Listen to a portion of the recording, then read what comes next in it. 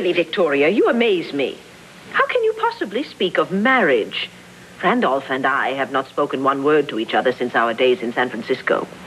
Well, you can just leave that part of it to us. All you really have to do is go along with our plan. Plan? I should have known. Clint is quite fond of plans. Manipulating other people's emotions is not proper. In the end, everyone involved is hurt. Not this time, I promise. I think you two should talk alone.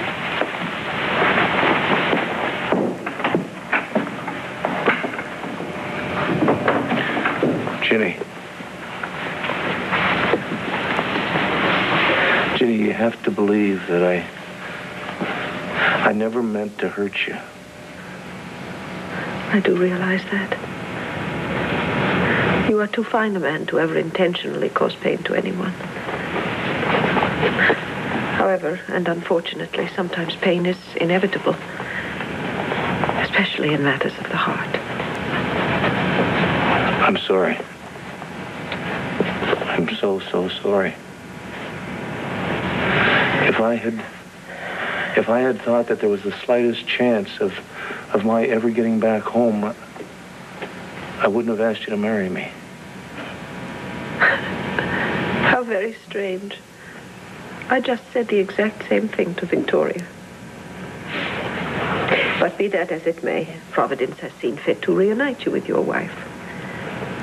And therefore I must resolve myself to putting all this behind me and going on with my life. Just don't close yourself off from the rest of the world again. Ginny, you're a warm and loving woman. And there's absolutely no reason for you to live your life alone. Please, Clint. I truly am perfectly capable of taking care of myself and doing what is right for me. Ginny, listen to me.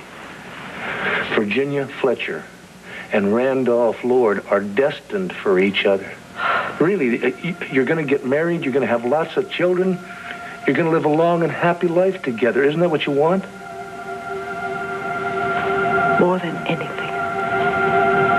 But not by tricking Randolph into it.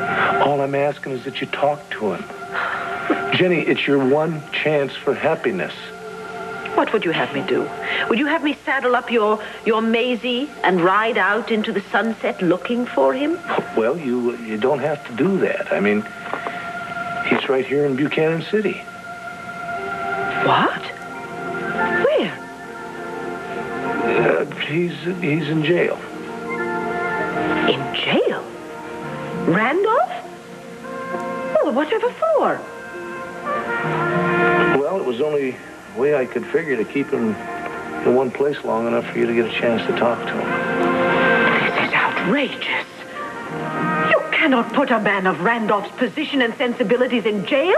You must do something about this immediately. Well, why don't you go talk to him? Me? Yeah. Good heavens, what would I say to him? Well, for one thing, you could get him out of jail. Oh, I see. This is all a part of your plan, is it? Sorta. I will have no part of this. Ginny, listen to me. You're our only hope. Viki and I can't go back home until we set things right here. Now, I know this sounds a little crazy, but if you'll go along with this, I guarantee you'll have all the love and happiness you can handle. Just trust me. Trust me. You've got everything to gain, and I promise you, no one will get hurt. How do I know that this little scheme of yours will work? You want proof? I'll get you proof.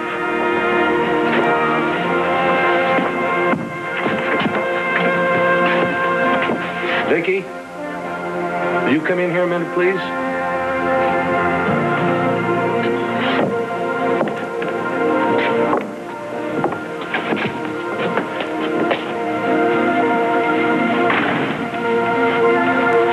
This is all the proof you should need.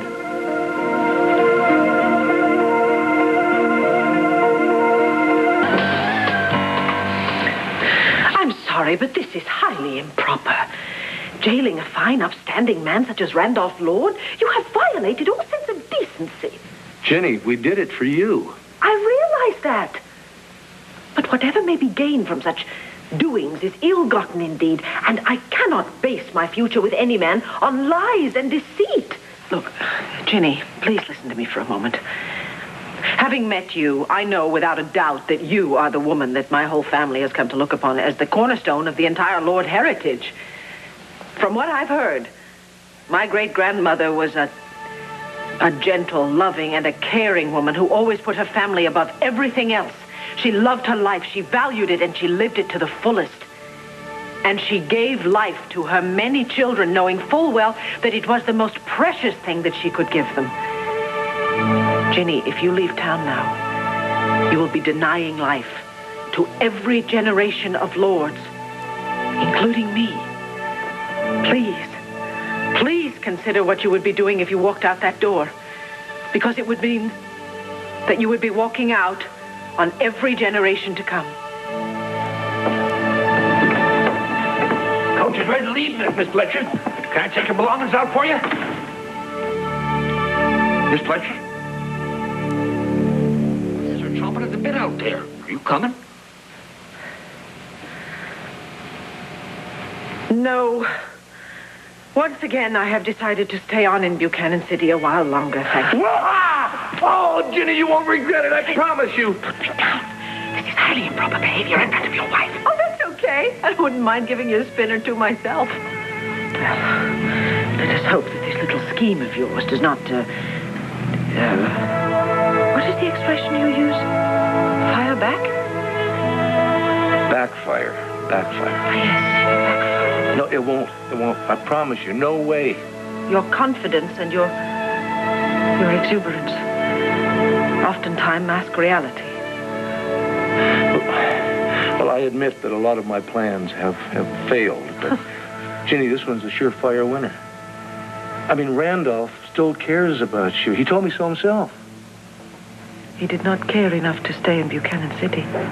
He didn't think there was a chance that you would share your life with him. And he was a little gun-shy about being rejected again. But once he sees you, and you let him know how you care about him... Clint, you cannot expect me to throw myself at the man. All you have to do is look at him. He'll know. And he'll forget all about having been arrested. And he'll thank us for bringing the two of you back together. Randolph is a very forgiving man, but I am not at all sure that he is likely to brush aside having been put into jail. Ginny, he'll forget all about it. Once he lays his eyes on you, he's going to be the happiest man in this whole town.